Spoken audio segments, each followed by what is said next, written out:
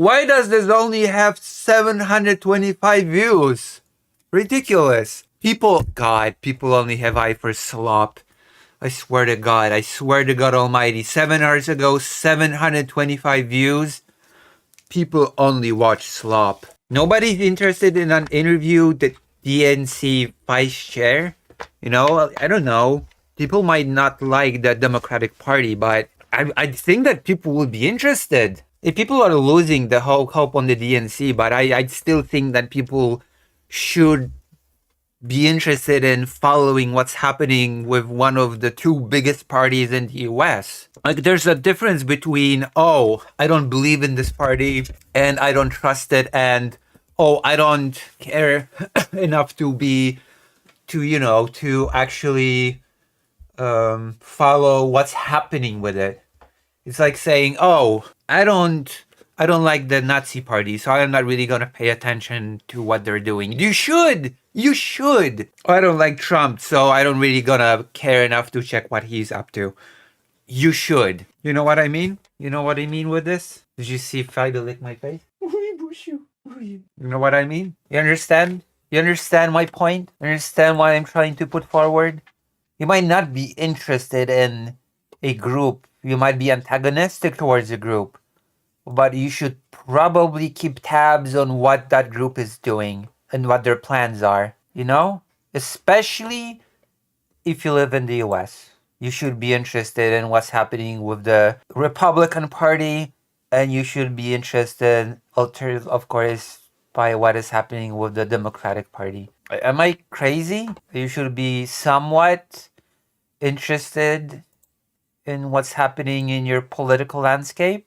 Is this a controversial opinion that I'm putting forward? Well, you should. What if the future... Okay, I'm gonna make a counter argument. I'm first gonna read the comment. Yes, I get the point, but I don't blame people for hating the DNC and not caring about their future plan. You should care about their future plan even if you hate them. What if their future plan is disastrous and you're not prepared for it? And you're just gonna be caught with your pants down. And you're not gonna be able to react because you did not care for their future plan. Same for the Republican Party, by the way. Like, if you don't care about what's happening in politics at all, then you're just gonna become a pawn. You're just gonna become... It's like my grandfather would tell me. Okay? If you're not interested in politics at all, even if the politics are bad, boring, what have you, then one day you'll just wake up in a reality that you might not like. And you're not gonna be prepared to react to it at all. You might one day just wake up in a world that is very, very not nice to you, and you will not be prepared for it at all. So even if you hate the party, you should at least vaguely know what their plans are. You should know that, especially if you live in the country involved. That is my opinion. I don't like the Law and Justice Party, but I want to know what they're up to. I want to know what their future plan is, definitely. I'm not a super big fan. I'm skeptical of the current coalition because it's like breaking up by the scenes, but I want to know what their future plan is. This is part of being engaged in the political process, being interested in what the plans of the players involved are. Okay, let's see some of it. How long is... Oh, 36 minutes. But it was only 36 minutes?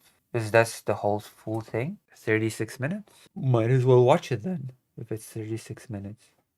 I thought it would be like, I don't know, 1 billion hours, 3 hours. For some reason. I expected it to be like 3 hours. No, it's 36 minutes. Okay. Might as well. Might as well watch it on the stream. You know what I mean? You know what I mean. You understand perfectly well what my point is. Alright, let's watch some of it. What is... Oh, I muted the page. Unmute tab. Thank you so much for taking the time to be interviewed today. I know you're very busy. Can we start by having you... Thank you so much for taking the time to be interviewed today. I know you're very busy. Can we start by having you introduce yourself, maybe give a little bit of your background and where you do most of your work, your best work for the Democratic Party? Peter Schiff is going to be roasted on New South Park. Well, let's see. Let's see. Yeah, absolutely. Thanks for having me on. It's a real honor to get to chat with you. And I'm Shasti Conrad. I am the chair of the Washington State Democrats. I have been chair of our state party since 2023. I'm in my second term, and I'm our youngest chair that we've ever had, and our first woman of color to lead the organization, and the first South Asian woman to lead a state party for either party in the entire country. And then just a few months ago, I was elected to be a DNC vice chair at large, and I'm the only Asian officer for the DNC at this time, and the only one who's currently residing in the western states. So on the other side of most of our folks are on the East Coast, but it's a real pleasure to be here with you. Well, I mean, East Coast is best coast, but I won't hold it against you. I won't hold it against you in this case. What exactly is the role of a vice chair in the Democratic Party? Most people know of Ken Martin, if you're following DNC politics, and how he got to the position and what he's doing. But most people might not know exactly what a vice chair does within the party structure. Yeah, I look at, the role as a vice chair is like you are a utility player there to help and support and uplift the work of our chair.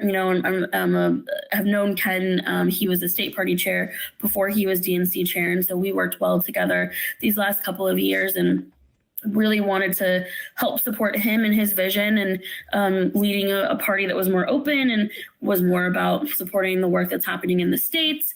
And, I also see it as, our job is to help to do the organizing work that we do at every level of the party. It's meeting with voters and supporters, and also having, conversations and, trying to move people towards the party.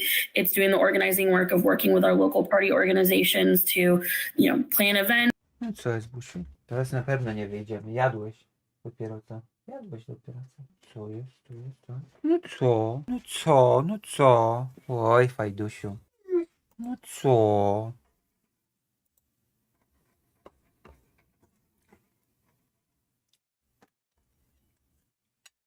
I need to eat too. Jesus Christ. Okay, I'll share a bit. This is for me. This is for you. Chodź. No chodź. No masz, chodź. Oh, Jesus Christ. Actually very delicate. Okay. And do candidate recruitment, and sort of help raise funds for the party to be able to have the resources to do the organizing work, and really sort of help with setting the strategy and the vision for how can we win elections, up and down the ballot, across this whole country. You are quite a young face for Democratic leadership. There is a perception, both in the Democratic Party and the Republican Party, of a generational gap, that our political leaders are largely much older than the rest of the population, especially a lot of young people who are getting into politics, looking into their future. How do you think the Democratic Party is best situated, or what pathway should they take forward in order to answer this question of this generational gap between young people who are looking towards leadership?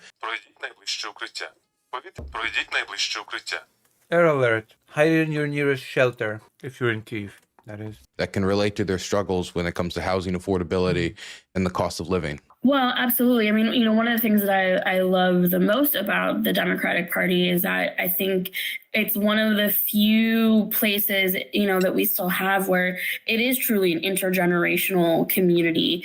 I came into the Democratic Party. My first job was as an intern for the Washington State Democrats when I was a freshman in college. And, I had an opportunity to learn from people who had been organizing from the civil rights movement and who had been leaders for many, many, many years. But also I was around other young. Wait, so how old is she? How old is young in politics? Young people and a part of our Young Democrats organizations, and we're sort of bringing that kind of activist energy that young people often bring.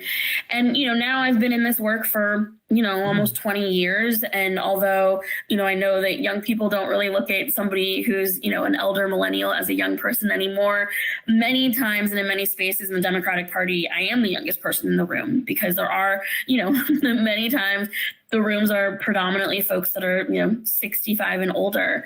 And I think part of that is because I cannot tell how old this person is. I just cannot. DNC vice chair. I have to find her name. What is her name? Shush. It's like inflation is in a separate category than healthcare, housing, etc. Promoted and passed and pushed forward, and you need younger people to Like, sort these are very vague things so far. Like, I guess this is an interview, so we're gonna hear some questions, and maybe we'll hear some more specific answers, because this is very vague. This is, yeah, we need to really go out there and meet the needs of the people, and go out there and tackle them challenges. Okay, that's okay. of help to highlight a lot of this. All right. Do you think that younger people getting involved in politics and running for office, is this a question of supply, whereas the candidates and the people in positions to, actually run those campaigns, to actually, run those positions, the reason why we don't have a ton of them is because they're not running and the Democratic Party wants to give those opportunities?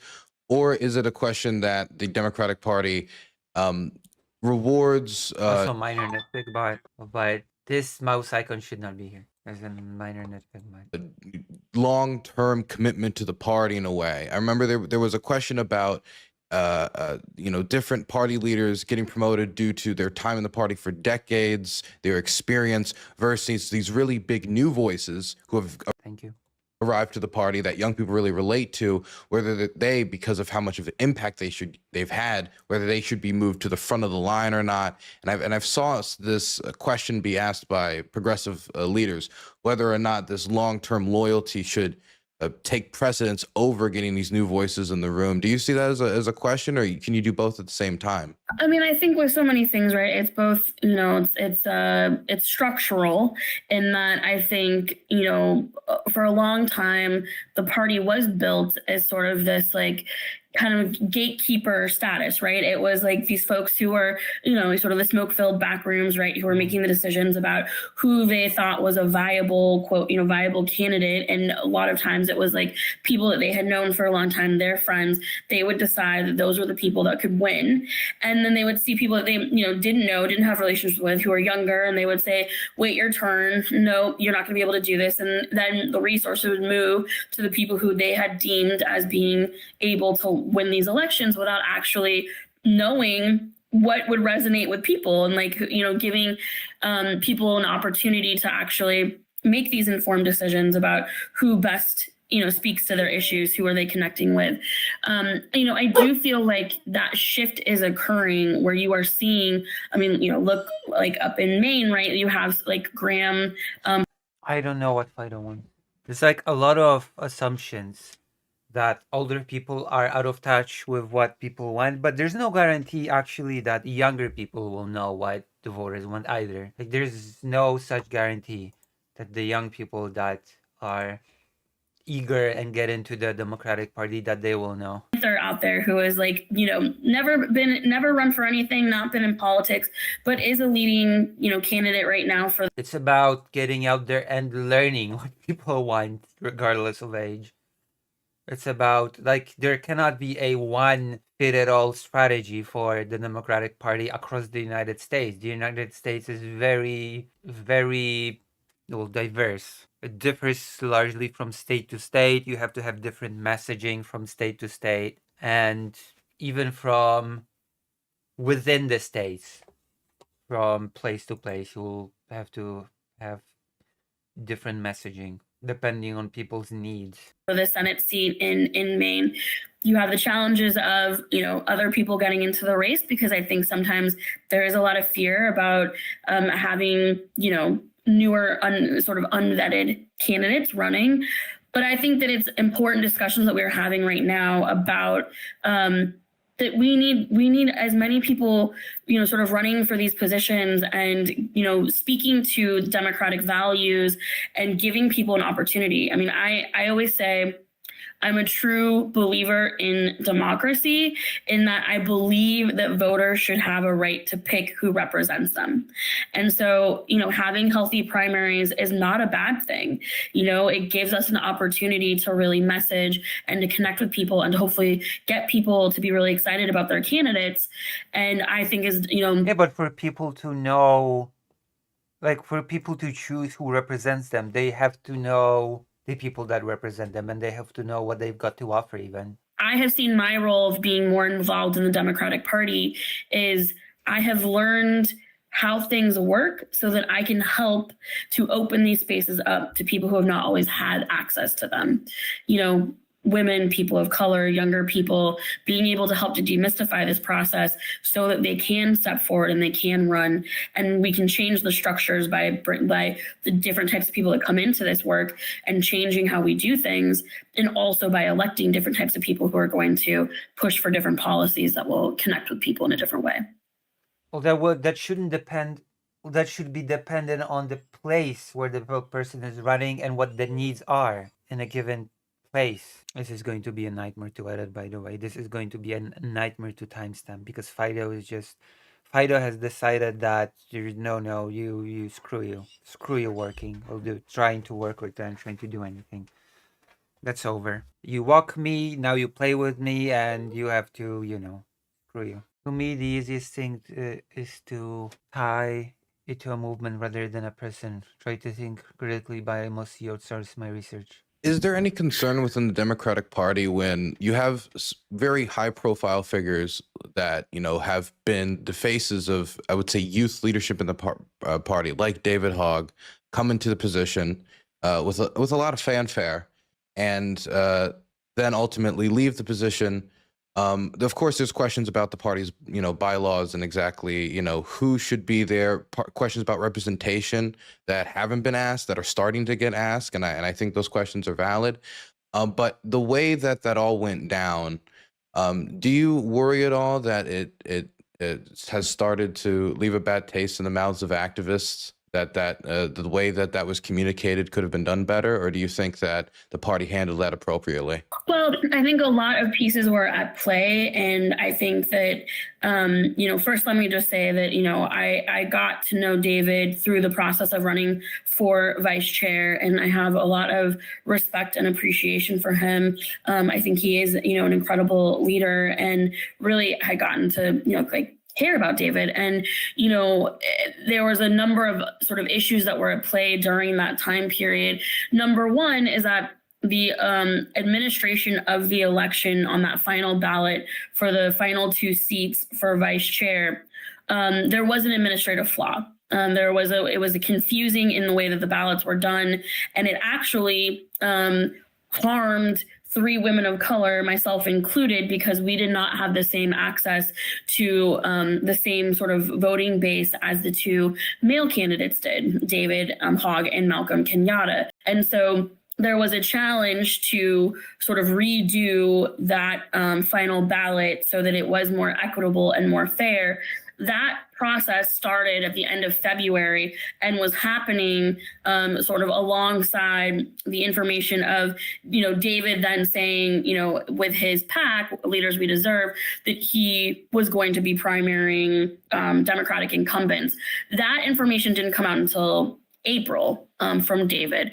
So these 2 things were happening at the same time, and I think they have gotten very sort of entangled, where the appearance and perception was certainly that it was that the redo of the election for vice chair was about removing David, but that's not actually the truth. And I still think there's an incredibly important role that David plays in our ecosystem, and has really energized not just young people, but our activist base, so many people across this country who were like, we need fighters, not folders. We need people who understand that it's not business as usual. We can't just sort of go along to get along. We've got to be really promoting people who are going to bring that fight into this work.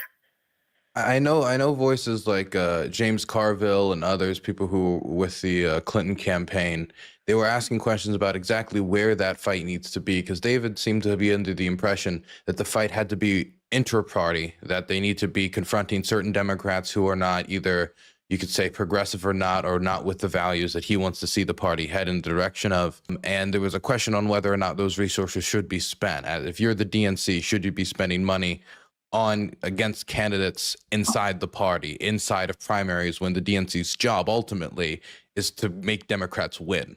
That's what elections are about. They're about winning.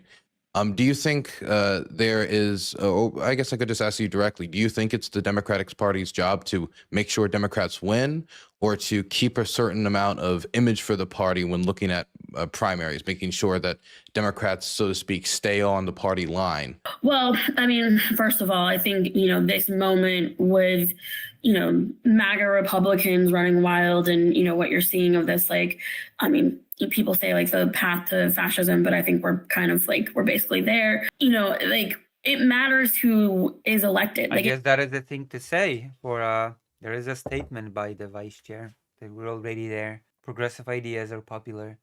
Depends which ones, depends on the state. Like, you really cannot focus on the same things in all places. It's like progressive ideas are popular, but not all progressive ideas are popular to the same extent everywhere. And you will have to package the messaging differently in different places. That is a reality. it matters who wins. Having a majority in the House matters. Having Feel like I have a few moments, but then no, he's back. Basically, all key issues that progressive policies focus on are agreed upon by the majority of Americans. Access to abortion, free healthcare, and childcare. But there are lots of propaganda. People's avowed position tends to be different from how they vote on topics like abortion, especially in red states. Well, and then there's the so-called cultural war issues, aren't there? That the Republicans focus on extensively, like trans issues, and all the other stuff. That messaging is going to have to be different in different states. the presidency and the White House. Like, it's not a winning strategy for a Democratic candidate for look at the Harris campaign, when I think people were very angry about her potentially going on Joe Rogan or something like that, and then she pulled out, and it was a very strange situation. I mean, also the trans issue is framed because our pushback is weak. If we had all said fuck your bullshit, public opinion might be different. Maybe, but it depends how it's framed. Because an average viewer might look at a pushback and think, okay, how do those things affect my daily life? How do those things affect me being able to afford food or rent or whatever else, matters. So I think at the end of the day, the organizing work in the Democratic Party to win elections, is the primary focus. It has to be, because it matters who's in those seats. But I think that, like I said before, the importance of like running candidates and supporting candidates who represent their constituents is incredibly important. And, sometimes that is not going to be entirely sort of, party line. Sometimes that is going to be sort of pushing against a little bit of like how things have always been done. And I think that's really important. I mean, look, I worked on, both Obama campaigns. And I have to remind people, he was the progressive in 2008. And, he was not the party's chosen candidate for that nomination. And he built, Obama for America outside of the DNC, in part because he felt like he wasn't going to get the support from the internal party structure. So, I was on his campaign. I worked on both Bernie campaigns as well. And so, when we talk about neutrality, that's actually something that progressives have asked for from the DNC for a long time. We have not wanted the thumb on the scale that has so often been about protecting just the incumbent or protecting the sort of more moderate or more centrist candidate.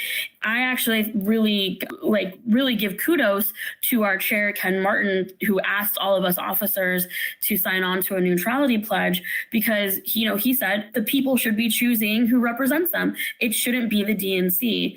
And so I do think that is a really important change that has occurred under Ken's leadership, that is something that, as a progressive, we've asked for a long time. So we were talking about voters and making sure the voters have a voice. I wanted to talk about redistricting for a second, because right now there seems to be, as the midterms are coming up, a big fight in Texas. And of course, California has responded. Gavin Newsom has responded to the redistricting efforts in Texas in order to take away, it's very clear, to take away Democratic Senate seats. I understand, I'm from Maryland. I'm not a big fan of Andy Harris, and seeing him redistrict would scratch a certain itch in my body. Okay, so I understand the appeal. Is there any worry though that this could be a race to the bottom, or is the main concern at the moment that the Republicans are pulling the trigger on gerrymandering anyway? So it's either, put up or shut up when it comes to having some balance when it comes to the House and Senate. What's the perspective that you share? Well, I mean, look, like this is in response to the Republicans, doing this mid cycle redistricting, this and gerrymandering in order to steal, an election next year, and because they are worried that they wouldn't be able to win the House, and that they're going to lose, to Democrats. That's why we are having to respond. I think no one on our side that I've heard wants to be doing this. Certainly the resources would be better spent focused on candidate recruitment and the work we need to do to win these elections. And, in a normal democracy, that's where we would be focusing on. And unfortunately, that's not where we are at. And I think we've had to recognize that we have to fight fire with fire. We have to be able to, challenge Trump and these Republicans from, what the redistricting that they're doing. And they are, JD Vance was just in Indiana talking about redistricting. We just read an article that North Carolina is looking to redistrict. They already did it in Texas and in Missouri. And so, it's unfortunately a bit of a whack-a-mole, but it is the moment that we are in right now, trying to preserve democracy and trying to beat them back at their own game. It's sad too, because a lot of these independent redistrict commissions, it took decades to get bipartisan consensus to get these institutions implemented in these states. And it feels like, it's not even like, it takes half a decade. It's taking within like 1 to 2 years for a lot of this social consensus to break down very rapidly. Yes. I understand your perspective is just still something that I'm very caught over personally. Speaking and I should say, in our own Washington state, we have an independent redistricting commission, and so we are not able to redistrict. We have out of 10 seats, Democrats hold 8 of the congressional seats, and which is we're very proud of, but we were proud a number of years to set up the independent redistricting commission, and that is how it should function. It should be this bipartisan effort. It should be about just making fair lines and fair maps, so that people have access to being able to elect somebody that's representative of them. That is not the moment we are in. And so the blue states who have the ability to be able to answer what the Republicans are doing are having to make these tough calls. I think today you saw President Obama come out in support of Prop 50 in California. This is just the moment that we are in. Speaking about the midterms, fundraising for the RNC has outpaced the DNC, generally speaking, since the election. It makes sense after, winning an election that generally you would be able to get more momentum. What is the DNC's path forward for trying to make up the fundraising gap between Republicans and Democrats? Because by the end of June, the RNC had about $80 million on hand. The Democratic Party had about $15 million on hand. So that's quite a substantive gap that has not been closed in that time. And if you're going to be catching up, which is what's going to be necessary in order to take the House back, that's going to mean making up money. But there's always, of course, the activist party critique that the people we're going to make this money might not be the people that we should be going to, that we should not be concentrating on these big dollar donations. You worked on the Bernie campaign, small dollar, one at a time, $5 donations. What should be the pathway to making up this gap? Well, we did. I just heard some good news from our chair, which is that Ken's raised, I think, $85 million since he became selling drugs. Selling drugs should be the pathway, I guess. I don't know. The DNC should get its own Elon Musk chair, and board. it's the most that any new chair has raised. And he said I think over 75% of the donations were small dollar donations, and really have been driven by our mobilization team, which I think, True. as I learned on the Bernie campaign and have seen, it really matters when it's powered by grassroots donors, and it changes where the focus often is, because, then you get to be more responsive to regular people and not just, your sort of, Okay, that's not an answer, though. That's not an answer of how they're planning to make up that gap. Do you really think that from small donations they're gonna bridge that gap between the Democrats and Republicans? I'm honestly not so sure. Is that the answer? hire major donors. So and some of them, the money, we're actually investing it into the elections that we have right now. The DNC has made historic investments in the gubernatorial race and the New Jersey gubernatorial race, and we've got key races in Pennsylvania, and also in Georgia and in California with Prop 50, and then also can increase the number of. Am I just misunderstanding the answer, or is that not the answer to the question that was asked? Actually, politicians, I swear to God. The amount of money that he's investing into the state parties, which is, as a state party chair, really does make a huge difference in being able to build out the infrastructure that should be able to help, win elections cycle after cycle. And so, I do think that we are leveling out. I mean, look, you lose a major election like we did last year, and you're gonna have to answer questions, and it's gonna take a minute for people to trust again and feel like they can trust that we know what we're doing and that we can win these elections. And I do think, we've got these major elections in the next couple of weeks. My hope is that the Democratic Party is still, from what I understand, a hugely very, very unpopular party, even after all the Trump blunders, the Democratic Party is very, very unpopular. So what is the plan? Again, what is, I've not heard any answer to how they plan to bridge this gap. I've not.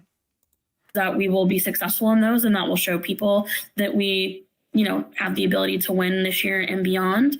And I really do think, Ken authored a resolution at our meeting in August to ban dark money. And so really has tried to take a more sort of progressive lens to how we raise money, how we spend money.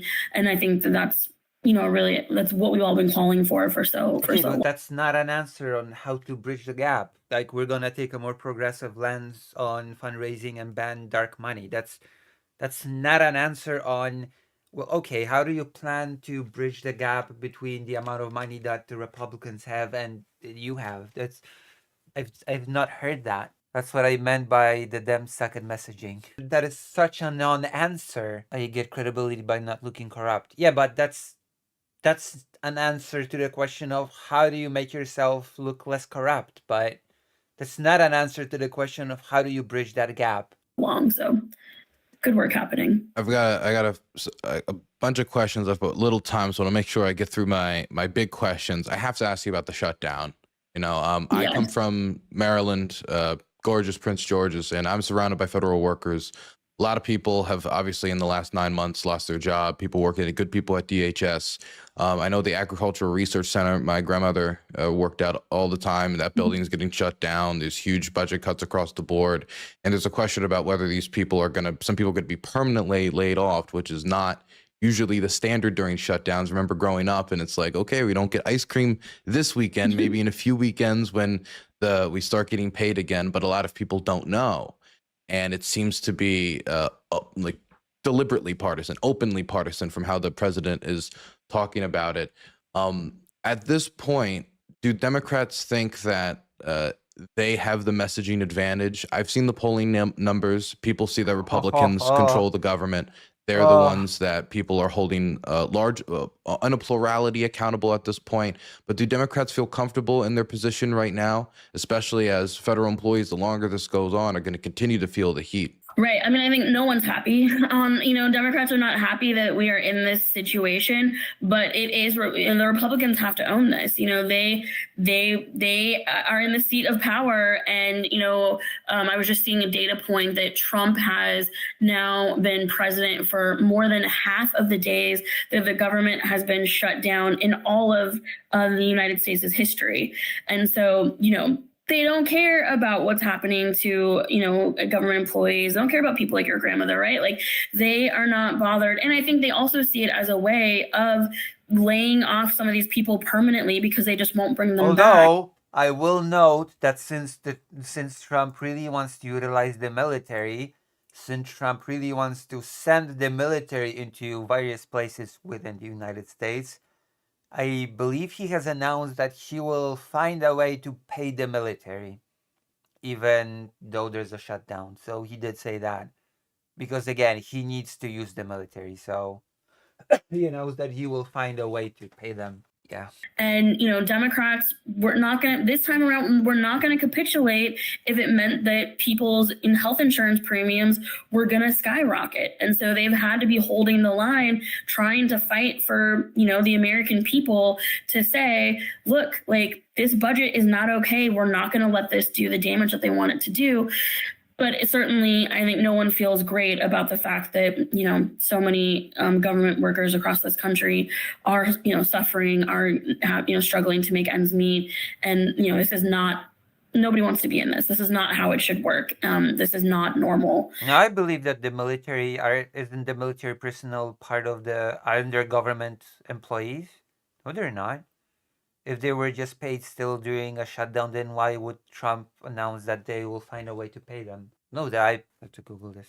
Aren't they federal employees? Oh, according to the House Committee on Armed Services, military personnel would serve without pay until funds are appropriated by Congress and signed into law by the president. For law. Like, there was a question whether or not the military would be paid. There was a real question, so I mean, rip all federal workers were expected to work without pay. And I do think this time around, Republicans are really, Democrats are making Republicans have to own that this is on them and that they have to come to the table and I think the one thing that gave me pause was watching Marjorie Taylor Greene go on cable news and start talking about the need to make a deal on health care. To see these types of figures feel like they're under pressure because their constituents, if you actually look at the demographics of who they're supposed to represent, are people who largely benefit from the healthcare expansions, from the Affordable Care Act, from these programs which have been under the hammer from Republican messaging during the shutdown pretty consistently. We don't have a lot of time left, so I want to ask maybe one or two more questions if you'll give me that ability. I wanted to ask about going into spaces that makes Democrats uncomfortable. There was a big question about post-election whether or not Harris should have gone into more spaces like the Joe Rogan Experience, into places where maybe it wouldn't have been the most welcoming to every single part of the message that she brought forward, but would have been getting more eyes and ears for voters going through the election. Is this something that the party thinks was in any way consequential about where she went to communicate online in this era of 21st century podcaster communication where people are getting the news from alternative sources? Is there any question about, doing more of what, I don't want to use Gavin Newsom as the standard here, but doing more podcasts on places where people disagree with us, where we're trying to get out there and put our messages in front of maybe even sometimes hostile audiences, but the idea is all eyes are good eyes. Is that a messaging strategy that is being considered more? Yeah, absolutely. I mean, I think that has been heard loud and clear, which is that we have to be messaging everywhere. We can't take it for granted. And I think Republicans figured out faster than we did on our side that people were getting their sort of news and forming their political opinions in non-political spaces. That they were really getting a lot of that shaped on these kind of like lifestyle podcasts or these sort of opinion-based spaces, and we were still sort of trapped in more sort of traditional media and these other spaces that we talked about young people earlier. are certainly not going to the New York Times, right, and like reading up, and they're not watching the evening news and things like that. And I think we did miss that a bit. And I do think now, it is like we got to go everywhere, and we've got to go into places where we're not going to get 100% agreement, but that's okay.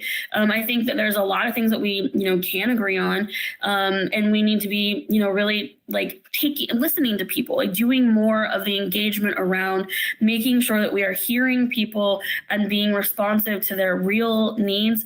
And I think one of the things that, the Democratic Party sort of suffered a bit is like in our desire to try to make every group feel seen and important, we ended up making everybody feel like they weren't. It was like this group versus this group versus this group versus that group, instead of being like, hey, we all are dealing with the fact that we want to be able to put food on the table and take care of our kids and not worry about whether we're going to get able to stay in our homes and keep a roof over our head. Let's talk about that. Let's talk about union jobs. Like these are things that everybody can relate to.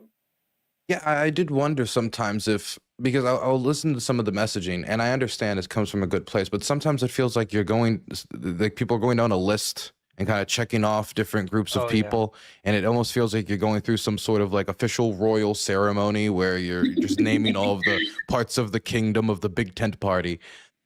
Versus kind of universally appealing messaging, like the idea of going over like affordability of housing. No matter who you are, that's even going to do better than, say, talking about first-time home buyers, because that's one group of the population, whereas affordable housing is everybody wants affordable housing, whether you're paying your mortgage, whether you're paying your rent. That's universally appealing. One or two. I'm sorry, as a journalist, I squeeze everything I can out of it. I as a queer person going into the midterm election, I'm a little concerned because I feel that some of the conclusions that are being taken from the last election, especially in reaction to a certain Republican ad of Harris is for they, them, not you. This ad, which according to the Republican Party and their staffers did very, very well. There's been some pulling back on the idea of maybe we shouldn't be leaning in so hard on LGBTQ plus rights, specifically the T as part of LGBTQ plus rights. And this is something that should take a back seat in messaging and not a front seat. Is that something that is the real conversation that's happening in Democratic Party leadership? Or is this something that the Democratic Party leadership has said, trans rights are human rights. At the end of the day, we have to take a stance on this. We're not going to abandon parts of the Big Tent Coalition. That kind of goes against the whole purpose of the Big Tent Coalition. How does the Democratic Party see messaging on queer issues going into the midterms? Yeah, absolutely. I mean, look, I often say we, can be sort of universal in our values and localized in our messaging.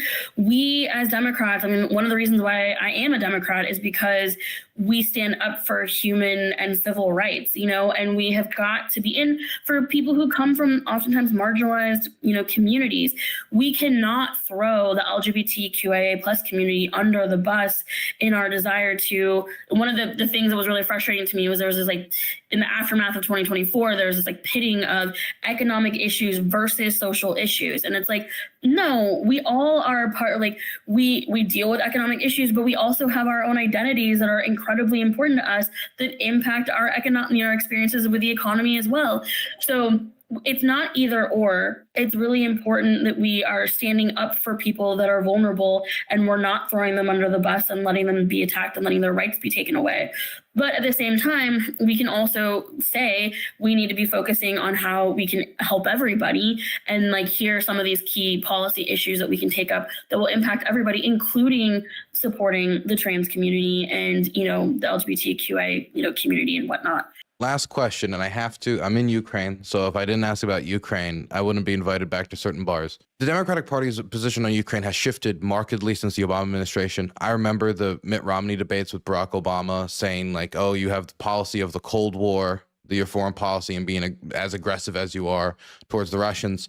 And during the Obama administration, of course, there was no kinetic response to the Russian invasion of Crimea. It was largely sanctions, and then we largely ignored it, to be quite frank.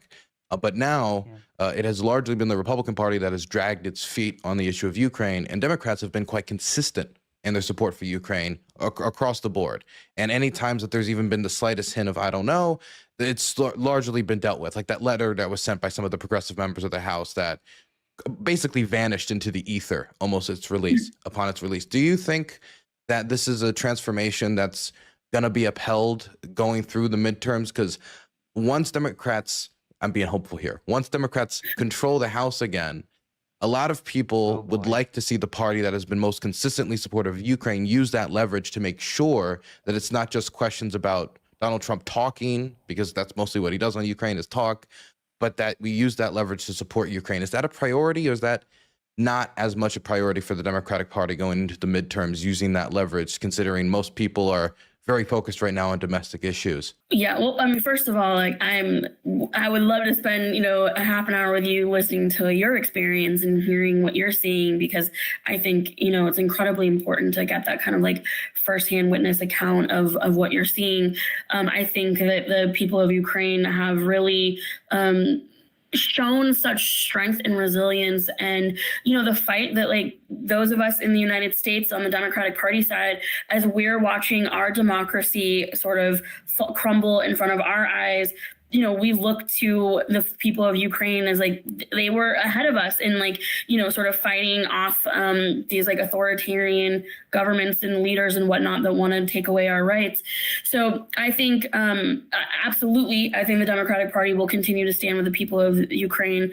I think that I actually was just in Taiwan on a delegation trip in September, and for me to it really sort of highlighted the fragility of democracies around the world, and how those of us who truly believe in, freedom and liberty and rights have to stick together across this whole world, and we are seeing the rise of these far right authoritarian governments on every continent, in every space. And, Ukraine really has led the way for these, many years, and we cannot abandon, and we have to stand by and do everything we can. And when we're back in power, do everything we can.